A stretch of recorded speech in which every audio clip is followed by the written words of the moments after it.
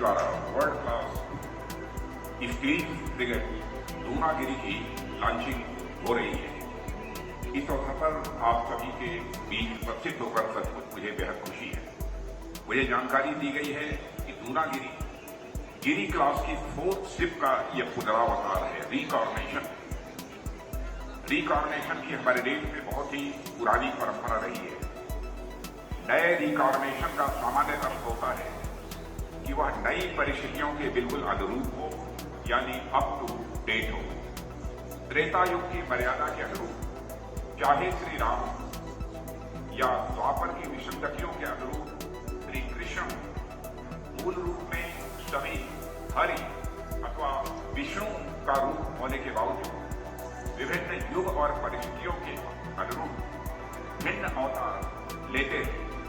ठीक उसी तरह जैसे आज हरि के 2 रूप हमारे बीच उपस्थित हैं। एक हरि यानी एडमिरल आर हरिकुमार नौसेना प्रमुख का दायित्व संभाल रहे हैं, तो हमारे दूसरे हरि यानी कमांडो PR हरि DRC के CFD का कार्यभार संभाल रहे हैं। ऐसे ही दूनागिरी शिप का यह अवतार भी वर्तमान और भविष्य की जरूरतों के अनुरूप बिल्कुल अप टू डेट है। साथियों, दूनागिरी मल्टी डायमेंशनल कैपेबिलिटीज के साथ वर्ल्ड क्लास स्टील फ्रिगेट होगी, जो समुद्र से लेकर आसमान और अंडर वाटर तक में दुश्मनों को पूरी तरह तबाह कर सकेगी। इसकी लॉन्चिंग GRC के गोल्डन जर्नी का एक नया और महत्वपूर्ण पड़ाव है, ऐसा मेरा मानना है। इसके लिए मैं इंडियन नेवी, GRC के सभी इंजीनियर्स, रिसर्चर्स और टेक्नीशियंस को अपनी ओर से हार्दिक बधाई भी देता हूं और साथ ही मैं उन्हें हार्दिक शुभकामनाएं भी देता हूं। साथियों, जब इस आयोजन की रूपरेखा मेरे सामने रखी जा रही थी, तो मेरे एक अधिकारी ने कहा कि Indian navy, Indian coast guard, प्रदेश के अनेक शिपयार्ड लगातार प्रगति कर रहे हैं और आए दिन किसी न किसी शिप की लॉन्चिंग और कमीशनिंग यह करते रहते हैं। अब मुश्किल इस बात की, एक जैसे आयोजन में बार बार बोला भी जाए तो क्या बोला जाए। मुझे नहीं मालूम कि इस बात को आपके सामने रखा जाए या नहीं रखा जाए, यह तो मैं नहीं कह सकता। लेकिन मैंने कहा कि बात तो सही है, पर मैंने उनसे एक बात कही जो किसी समय प्राचीन ग्रीक फिलॉसफर हेराक्लिटस ने कहा था। उन्होंने कहा था, no man ever steps in the same river twice, for it is not the same river and he is not the same man. यानी एक ही जैसी दिखने वाली नदी में भी कोई मनुष्य दोबारा नहीं उतर सकता, क्योंकि अच्छा खासा पानी गुजर जाने के कारण एक नदी वही पुरानी नदी नहीं रह जाती है, और वक्त गुजरने के कारण वह मनुष्य पुराना मनुष्य भी नहीं रह जाता। ऐसे में एक जैसा आयोजन होने के बावजूद मैं हर आयोजन को नए रूप में देखता हूं और साथ ही मैं स्वयं को भी हर बार नए रूप में पाता हूं। इसलिए आप लोग जितने भी शिप्स की लॉन्चिंग और कमीशनिंग में मुझे आमंत्रित करेंगे, मैं हर इवेंट में पूरी ऊर्जा और उत्साह के साथ उपस्थित रहने का प्रयास करूंगा। इसके लिए मैं आप सबको आश्वस्त करना चाहता हूं। साथियों, जिस जगह हम सभी आज यहाँ उपस्थित हुए हैं, यानी आमार सोनार बांग्ला, अनपैरेलल है, अतुलनीय है। हजारों वर्ष पहले यहीं के ताम्रलिप्ति पोर्ट के माध्यम से अनेक देशों के साथ हमारे ट्रेड रिलेशंस भी हुआ करते थे। 11वीं सेंचुरी में यह प्रांत भारत की स्ट्रांग नेवल पावर का साक्षी बनता है, जब राजेंद्र चोल प्रथम अपनी नौसेना के सहारे बे ऑफ बंगाल और शिलोंग, जावा, सुमात्रा आदि के विजय अभियान पर निकलते हैं। बे ऑफ बंगाल पर उनके अधिकार के कारण यह जल क्षेत्र चोल लेक कहलाया। और साथियों, 15वीं सेंचुरी में चैतन्य महाप्रभु भक्ति योग का प्रचार प्रसार कर आम जन को समरसता का पाठ पढ़ाए, हार्मनी का पाठ पढ़ाए और उन्हें अध्यात्म से जोड़ने का भी काम किया। 19वीं सेंचुरी में यह प्रांत नव जागरण का प्रवेश द्वार बना और राजा राम मोहन राय जैसे विद्वानों और समाज सुधारकों ने एक ओर शुरुआत की, तो दूसरी ओर भारतीयों की पश्चिम के ज्ञान विज्ञान से परिचय कराने में एक ब्रिज का काम किया। महर्षि अरविंद और स्वामी विवेकानंद ने स्पिरिचुअलिज्म यानी अध्यात्म को राष्ट्र और समाज से जोड़ते हुए उसे व्यवहारिक धरातल पर लाने का काम किया। बंकिम चंद्र चटर्जी, गुरुदेव रविन्द्रनाथ टैगोर और शरद चंद्र चटर्जी जैसे साहित्यकारों ने विश्व स्तरीय साहित्य रचकर आम जन के सुख दुख को व्यापक अभिव्यक्ति देने का काम किया। ईश्वरचंद्र विद्यासागर ने तत्कालीन शिक्षा को आधुनिकता से जोड़ने का काम किया। तो केशव चंद्र सेन दर्शन के क्षेत्र में परंपरा और आधुनिकता को एक साथ लेकर चलने वाले वह यात्री बने। साइंस के क्षेत्र में भी यहाँ के जगदीश चंद्र बसु, सत्येंद्र नाथ बोस जैसे साइंटिस्ट ने अनेक महत्वपूर्ण कंट्रीब्यूशन दिए हैं। इसी मॉडर्न अप्रोच के चलते किसी समय महात्मा गांधी जी के राजनीतिक गुरु श्री गोपाल कृष्ण जी गोखले ने बिल्कुल सही कहा था, what Bengal thinks today India thinks tomorrow. Bengal जो आज सोचता है भारत उसे बाद में सोचता है। यहाँ के महिलाओं की भूमिका देश के इतिहास में कम नहीं रही है।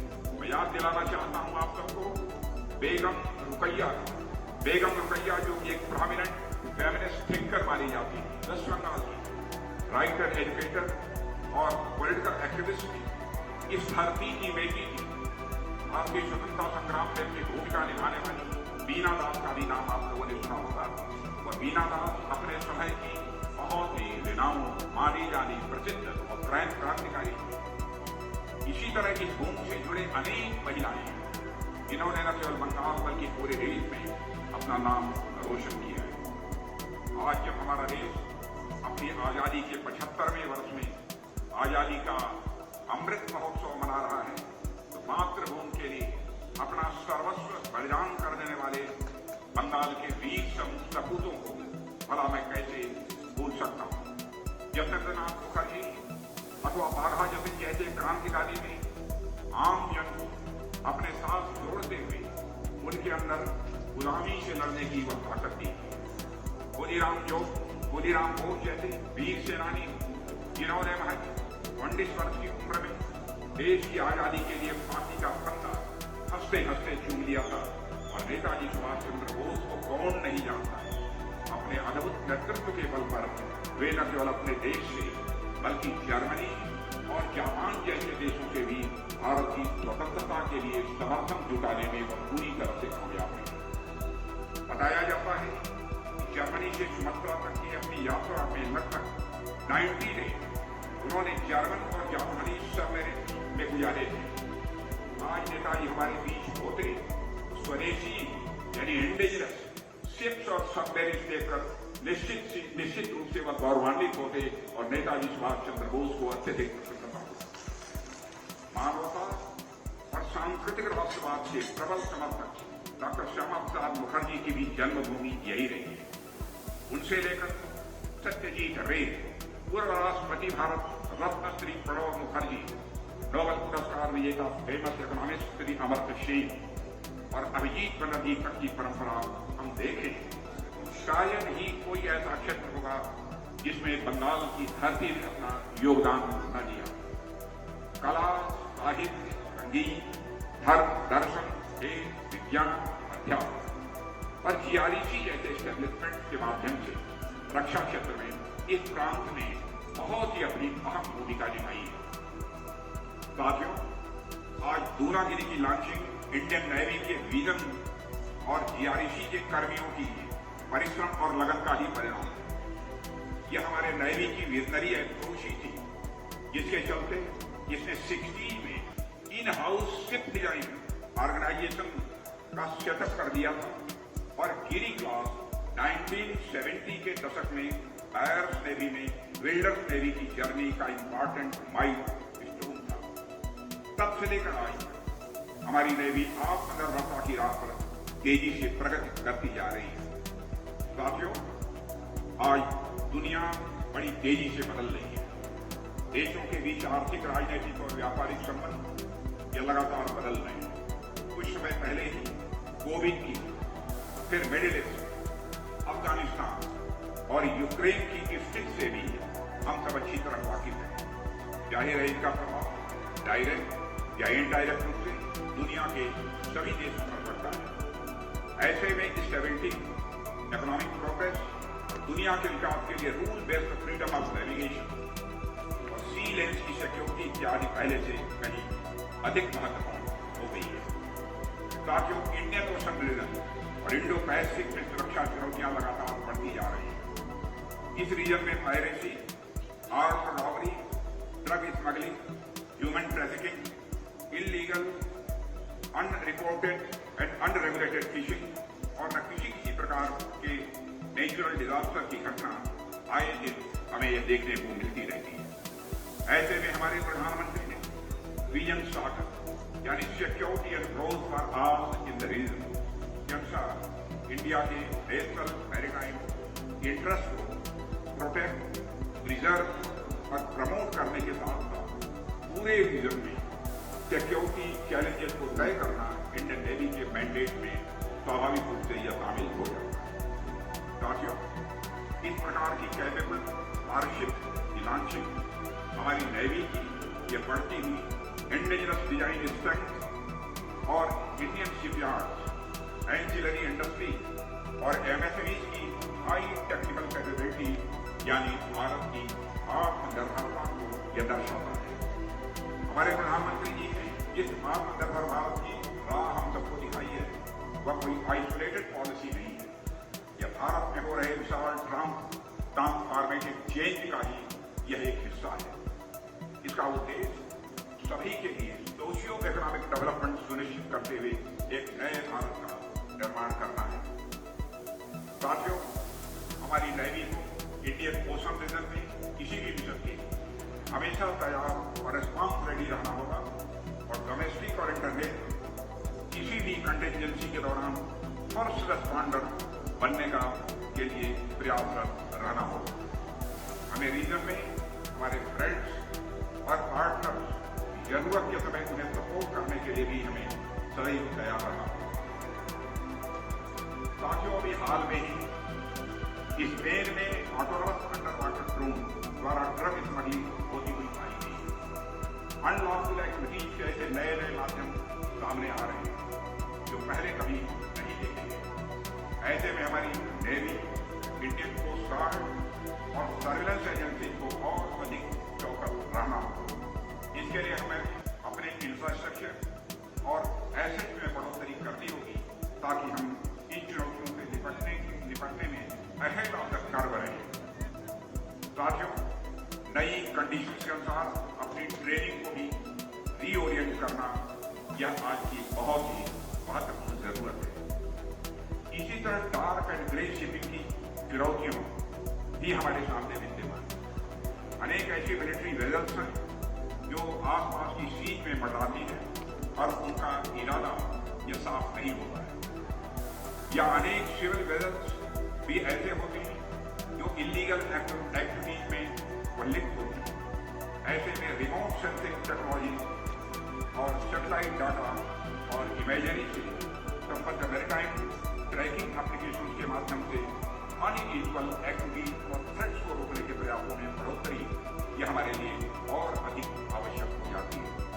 मुझे खुशी है कि हमारी नेवी अपनी कैपेबिलिटी और इंड्योरेंस बढ़ोतरी करने के लिए लगातार कोशिश कर रही है। साथियों, भारत अपने सभी पड़ोसी देशों से मैत्री का संबंध चाहता है। इसके लिए भारत लगातार प्रयास करता रहा है। श्रीलंका हो, नेपाल हो, भूटान हो, म्यांमार हो, मालदीव हो या फिर बांग्लादेश, हमने सभी के साथ मधुर और मजबूत संबंध बरकरार रखे हैं। श्रीलंका आज जिन कठिन परिस्थितियों से गुजर रहा है आप सभी अच्छी तरह वाकिफ हैं। हालांकि कोविड और यूक्रेनियन कॉन्फ्लिक्ट के चलते भारत भी प्रभावित हुआ है, उसके बावजूद हम अपने मित्र श्रीलंका की यथासंभव मदद करने की कोशिश कर रहे हैं। इसी तरह कोविड के संकट के दौरान नेपाल, मालदीव आदि देशों को भी हमने विभिन्न ऑपरेशन के तहत मेडिसिन और अन्य जरूरी सामान भेजकर उनकी मदद की। और साथियों, आज अगर बांग्लादेश प्रगति का राह पर तेजी से बढ़ रहा है, सचमुच पड़ोसी होने के नाते भारत को इसकी बेहद खुशी है। यह राष्ट्र धार्मिक उन्माद, कट्टरपंथ और संकीर्णता को पीछे छोड़ते हुए मॉडर्नाइजेशन, मॉडरेशन, सेकुलरिज्म, महिलाओं और समाज के अन्य सभी वर्गों के विकास का रास्ता अपनाकर तेजी से आगे बढ़ रहा है।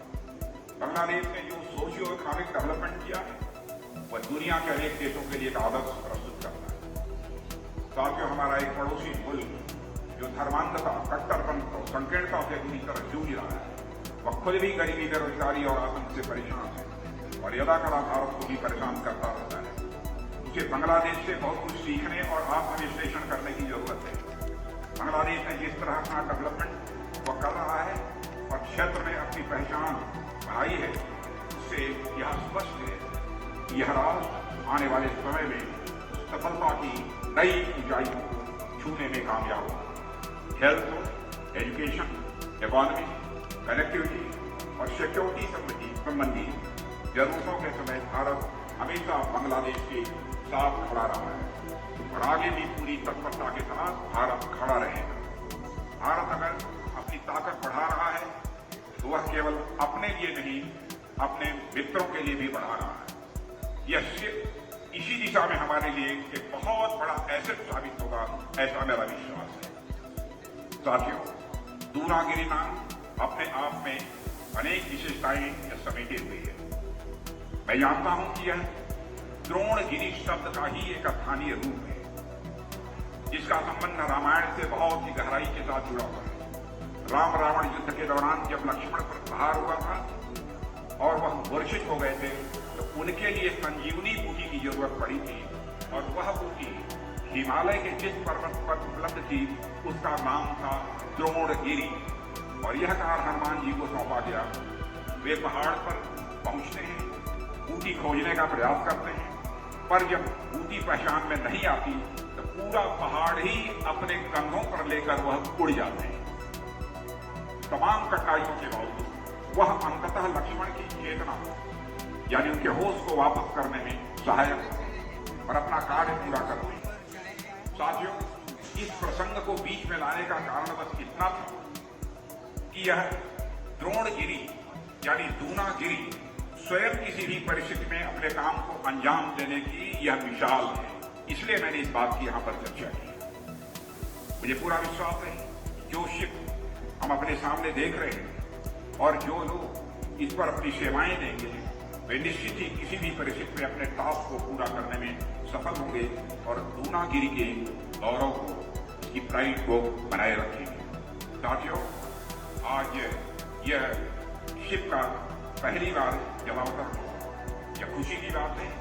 यहाँ उपस्थित नारी शक्ति की प्रतीक नेवी वाइफ्स वेलफेयर एसोसिएशन की प्रेसिडेंट श्रीमती कला हरिकुमार इस शिप का नामकरण करेंगी और इसे अपनी ब्लेसिंग भी देंगी।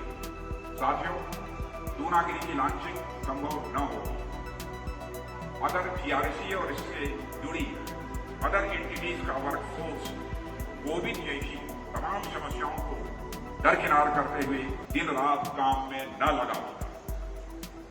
इसके लिए मैं